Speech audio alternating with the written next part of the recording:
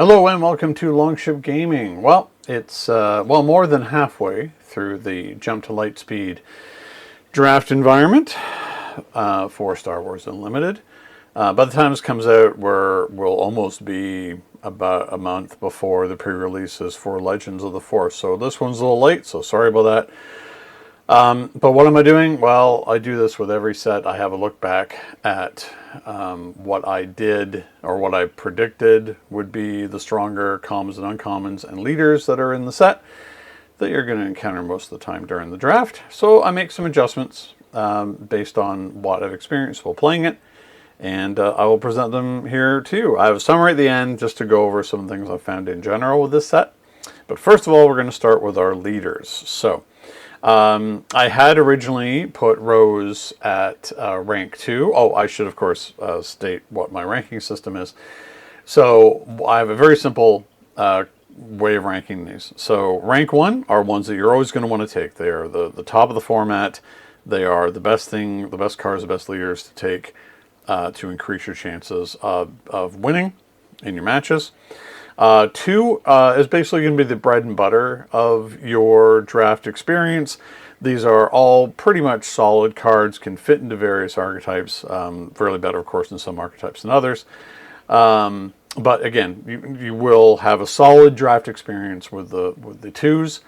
And then there's the rank 3s, which are ones that I would recommend no one try and draft whatsoever. I have made some adjustments in my initial video, which I'll link to in the description.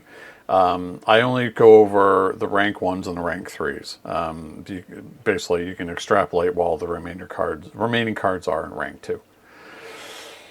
Except for the leaders, I went through all those.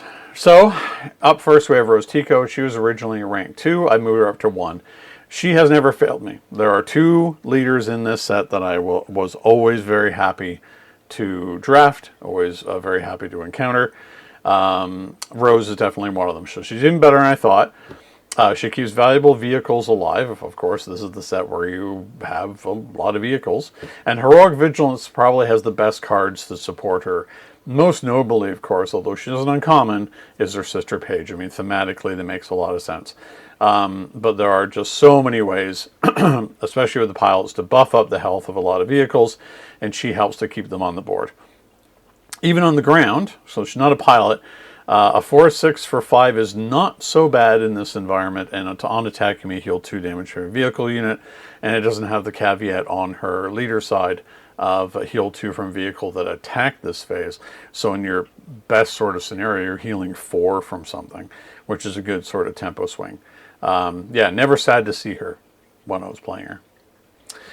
Vader, I moved him down to 2 from 1. I believe he was too vulnerable to disruption. Very potent as a pilot, but suffers to common removal. Every time I faced Vader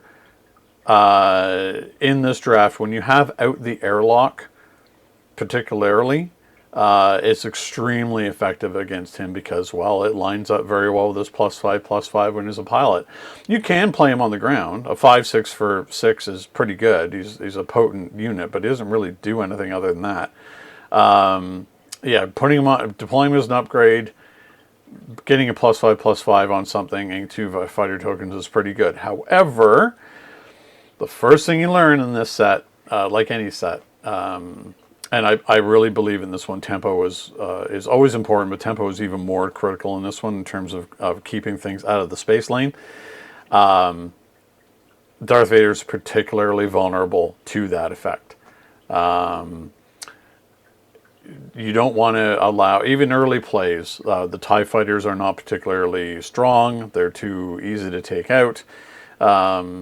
He can suffer as a result. I just found that when I played against Vader, I was always able to keep things clear.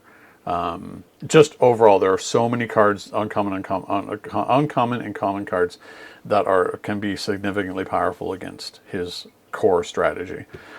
If you do manage to get him out of, and he goes completely out of control, my goodness. Watch out. But otherwise, yeah, that's the way he plays. Unfortunately, not as strong as I had expected. Same thing with Luke. I put him down to 2 from 1. Same vulnerabilities that that Vader had.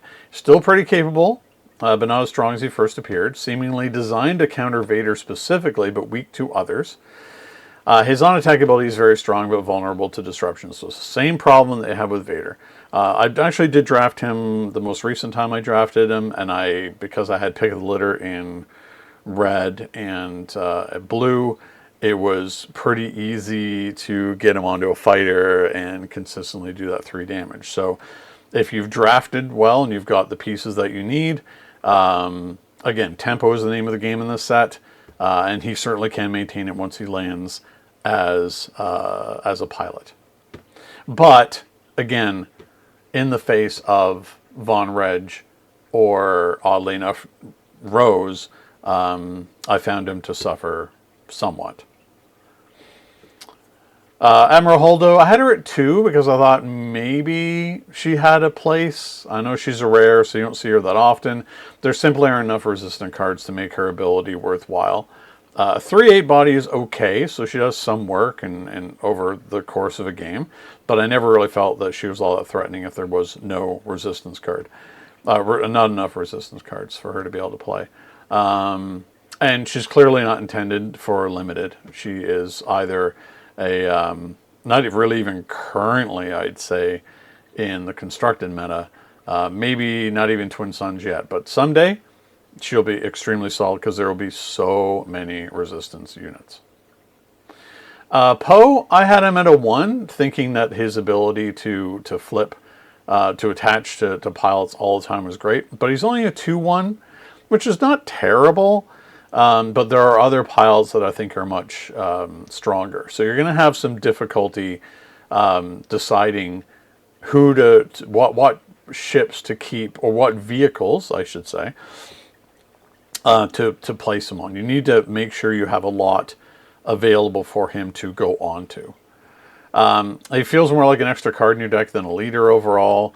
The new mechanic is fun and pretty flexible, but as I said, often you have better pilots in heroic and in red, actually, than you necessarily want to put Poe onto immediately on turn. I mean, the ideal situation, I guess, is you could, there's that 1/3 V-Wing, for example, that he could go on in turn 1. That's a pretty strong play. But chances of you being in yellow are not quite as great because yellow is not as strong with heroic. Kazuda, I moved him up to a 2. I had him as a 3. He's better than expected. He's a great early pilot flip and a good counterpoint to Von Reg. So even if you don't have enough units out there that have an ability that you don't want, say like the fireball, for example, he's an extremely strong early flip onto a vehicle. Again, it's that Vader Skywalker counterpoint. It's Kazuda and Von Reg counterpoint. I've had a lot of fun games, actually, thematic games playing Von Reg into Kazuda. A lot of fun. And so he's not basically in most cases his ability doesn't mean anything. But if you happen to draft those very few cards that have a negative, there's 3 that really have a negative effect, then more power to you. So going on to our commons and uncommons, we'll talk about our vigilance first. So I moved up Krennic. Don't know why I never thought he would be good. A 2/2 for 2 that's shielded and has an extra ability. The when defeated ability costs 1 less. Don't know why I didn't think that was going to be fantastic, but it is, of course, in the right deck. Any blue, doesn't have to be with Thrawn, but in any, he's very solid. I moved up the Interdictor. This is a really strong counterpoint to when you're facing a lot of ships out there and is difficult to remove. And of course, the when defeated, you may defeat a space unit cost 3 or less, can be a huge tempo swing. It's really only weakness as it comes out later in the game, but there are plenty of ways, or decks that actually don't mind that. And there's a cat. Say hello, cat. She's in my way, so there she goes. But I do think this format, I'm still putting it in here, but I think this format is very, very fast, and in my experience. Depending on the leader that you've chosen, there's sometimes matches have gone to time, but I typically will always draft ones that go pretty fast. And that would always almost be Von Reg. I also moved up Page and the CR90, and moved down the Chimera and the landing shuttle. So Page, very strong in any heroic deck. Comes out on 2 as a pile on attack, give 1 experience to a unit, then deal 1 damage to it. Or this unit, unbelievable. She can get out of control very, very quickly.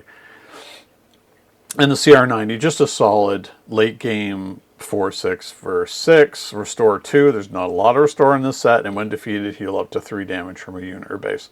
So generally very strong, and I would never really turn them down. For command, I only moved 1 card up, and that is Poe. I don't know why I didn't have Poe originally. He's extremely versatile. When played as a unit, create an X-Wing token you may attach. This unit has an upgrade to a friendly vehicle unit without a pilot on it. So you're never putting him on the ground because you're not a very good rate. But yeah, playing, well, no, that's the thing. You're never going to play him as one. So you create an X-Wing. He's always going to end up with a ship. So he's essentially a 5/5 for 4, or a little bit of a better rate for 2 placing him on a ship at the time. But a very strong tempo play. I did move the dorsal turret and dogfight out of the rank 1s. I found they really ultimately weren't really doing it for me. Not down to 3s, but I knocked them down to 2s. Aggression. Much like a lot of things that I was completely wrong about, the Von Reg TIE Interceptor, even when not playing Von Reg, very potent ship. And I love this card. Insurgent Saboteurs.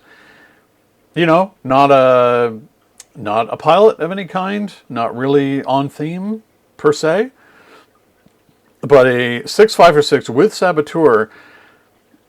But the on attack, you may defeat an upgrade, caught a lot of people off guard. That basically knocks all valuable pilots out of ships, including leaders, because it just says an upgrade. Very, very strong. One of those cards that I think I would always sort of windmill slam going forward if I'm in red, which, let's be honest, most of the time I was playing red. I did move Hux and System Shock down to 2. Hux because there's not enough First Order, even though his ability may be strong. System Shock's still good, but it's not one that I would take over, say, a shoot down. So where I was most wrong was with Cunning. Cunning ended up being far stronger than I expected. So I moved up. I moved nothing down. I moved up the Zagurian Starhopper, so when defeated, deal 2 indirect damage to a player. It's a strong play in Cunning Villainy as a 2/3, and has forces your opponent to make hard choices when it's defeated. Also good to put a pilot on. I Have You Now was one of those surprisingly crushing tempo effects in this game. As I said before, I believe the tempo really was king in this set. Being able to do all your damage, or prevent all damage that would be dealt to it during this attack, is incredible in this set. Just, again, super tempo plays. I absolutely loved playing it. Kept my stuff alive. A lot of players generally were not expecting it, I found. It's one of those I feel has really gone under the radar. The X-34, it's 2/3 for 2. It's going to ambush, so a lot of the times you're not ambushing it out on your first turn. But it is, again, a vehicle, and there aren't that many vehicles on the ground, especially not early play. So I felt this one was pretty strong. Boshek I absolutely loved. Not so much. I would never play him on the ground, but for his piloting ability, one plays an upgrade, discard 2 cards from your deck, return each of those cards with an odd cost to your hand. I was always kind of hitting really well, and card draw is absolutely king. So I loved playing Boshek. I thought he was fantastic, and I will continue to draft him when I'm in Cunning.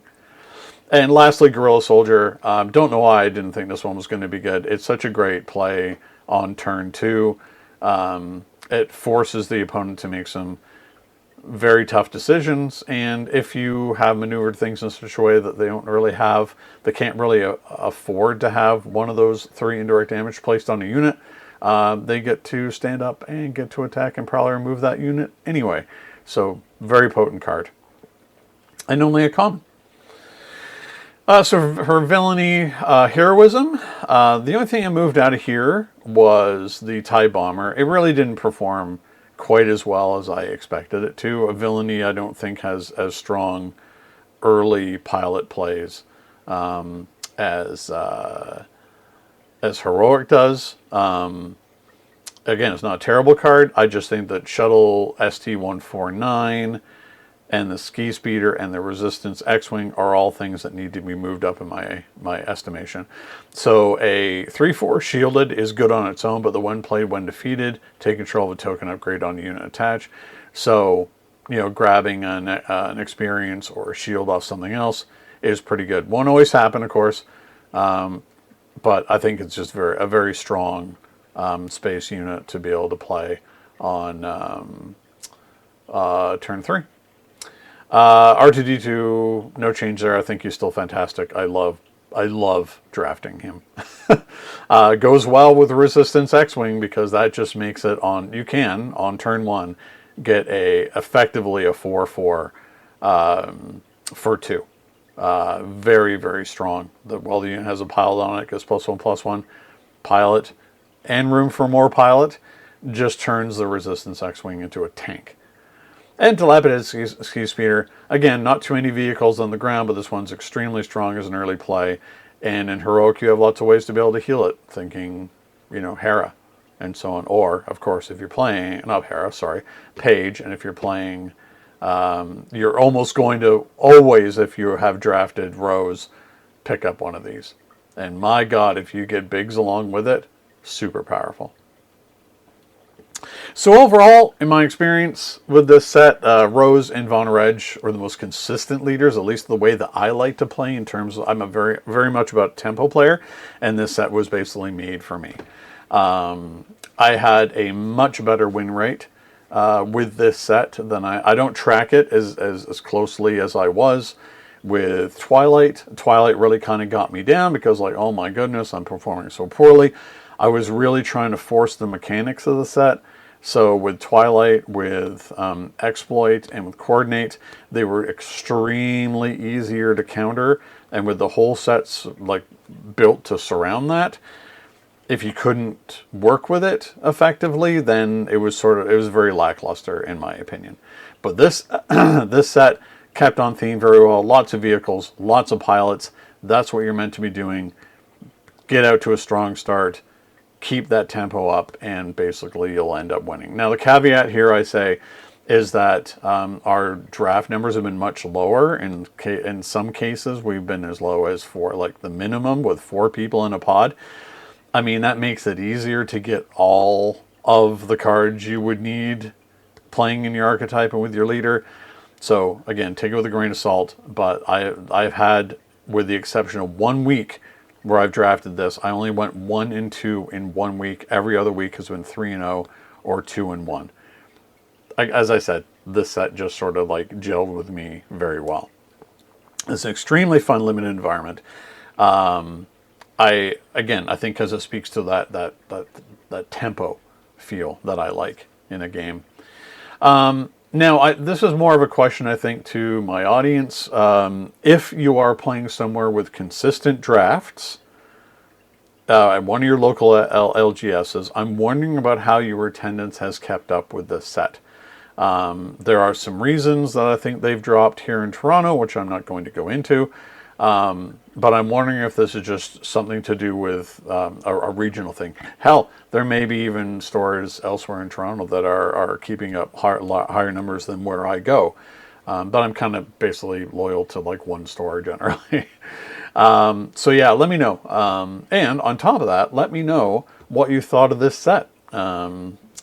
Because this is how I feel so far, 1 year, 4 full sets into the lifetime of this game.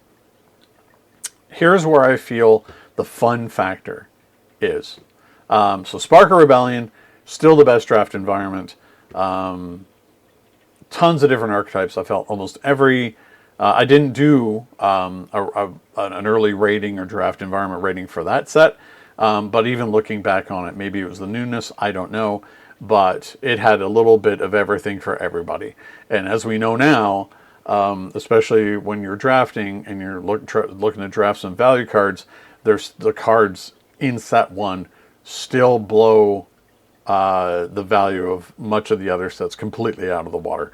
So fantastic stuff. I can't see that ever being surmounted as we go along. So I'm going to keep up this list as we go through the various sets.